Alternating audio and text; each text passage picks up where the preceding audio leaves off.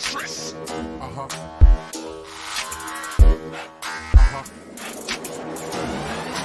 Check it out. Feel the rhythm of the bass bar. Better feel the rhythm of the bass bar. Hit me the woman come the wrong run. Test me. Jump it up. Jump it up.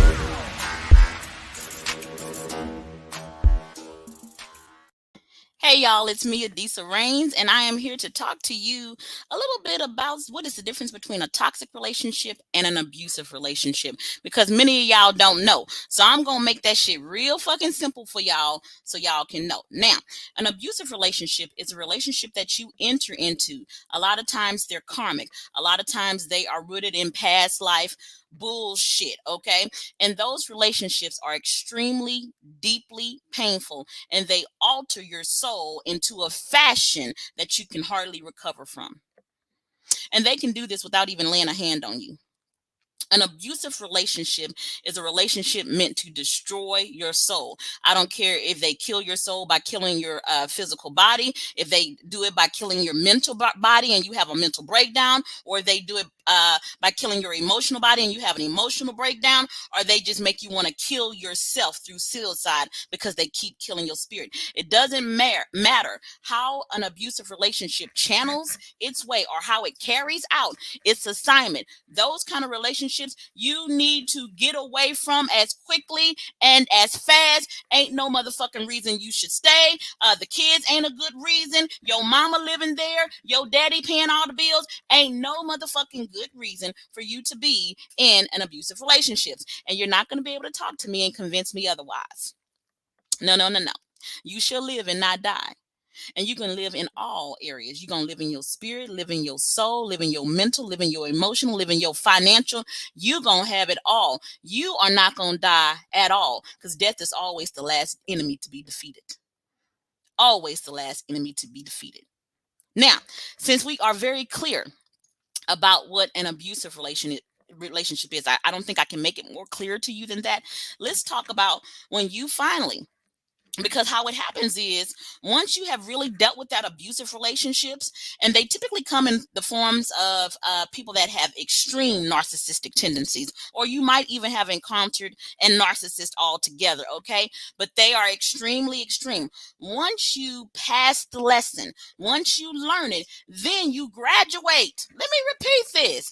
You graduate into toxic relationships. See, I know what you thought. You thought that if you dealt with all this abusive shit, and because you had dealt with it so long, that you could just go from point A all the way to point Z. It don't work like that, because your soul doesn't evolve that quickly.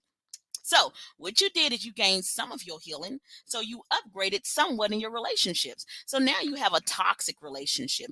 And a toxic relationship, the best I can explain it to you is there is love there.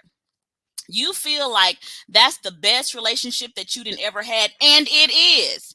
It is the best relationship you didn't ever have, because all the ones before it have been abusive, right?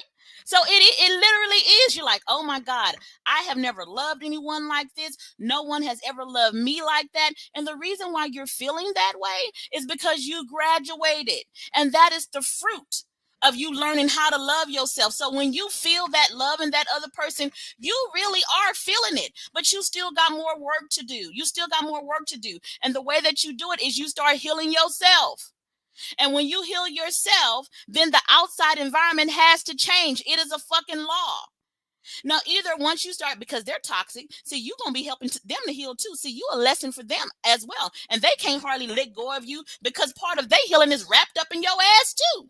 Right? They can't hardly let go of you, right? And they're like, oh my God, nobody in my life has ever believed in me the way that she believed in me. Nobody has ever spoke to the king in me the way that she speaks to the king in me. I can't get her out of my mind. I know I'm full of shit. That is the dynamic. It's iron sharpening iron. That is the dynamic and the friction between toxic relationships. And toxic relationships grow you, and they are painful, but it's a different kind of pain.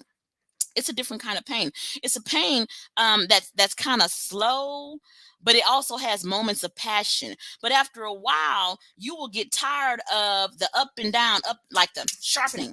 You will get tired of that up and down motion of a toxic relationship. And then you will say, I'm going to love myself better and I'm going to choose something more. Then you get to graduate into something called a divine union. Yeah.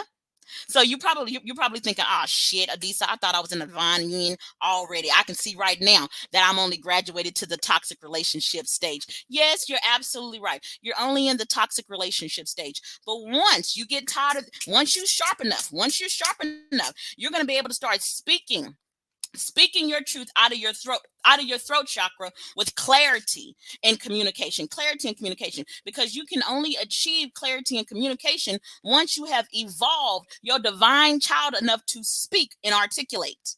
And the divine child is the combining of the energies of the masculine and the feminine. Now, since you have combined your feminine desires, your heart's desires with your logical will, now you can communicate clearly to your divine partner what you need. And you can tell them, hey, we sharp enough. We sharp enough. We getting so motherfucking sharp that we getting dull and we whittling down. No more sharpening. Now it's time to go to motherfucking work. So the relationship now has to go to another fucking level. It has to go to a deeper and a more stable stage of commitment if we are to grow together. And then they have a choice to heal with you, or they have a choice to keep sharpening their shit somewhere else. And if that is the case, you got to let them go. You got to let them go, because you have an assignment. And yes, it's going to be painful. Yes, I promise you, it is going to be painful. You can let them go, or you can choose to wait.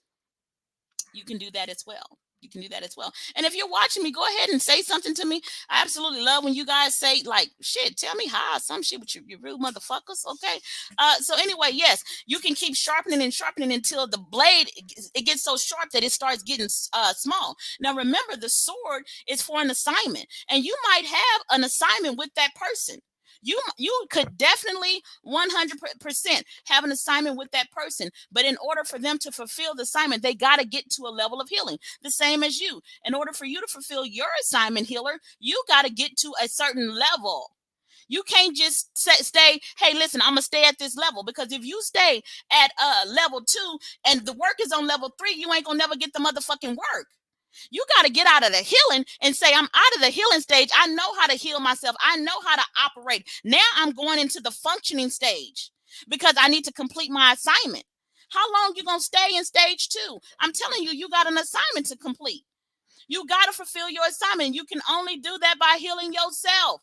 When after you do that healing, then you can go into something called the practice state. You practice what you preach. Now you can have followers. Now you can have students. Now you can have clients, and your abundance is going to fucking triple.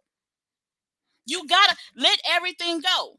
If you don't want to let it go, wait. But if you wait without fucking complaining. If you are choosing to wait without complaining. If not, shut the fuck up and move on.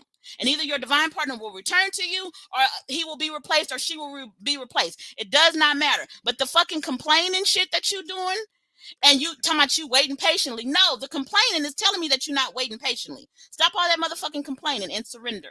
Surrender to your choice. You're choosing to wait. So since it's your choice, be happy about your choice.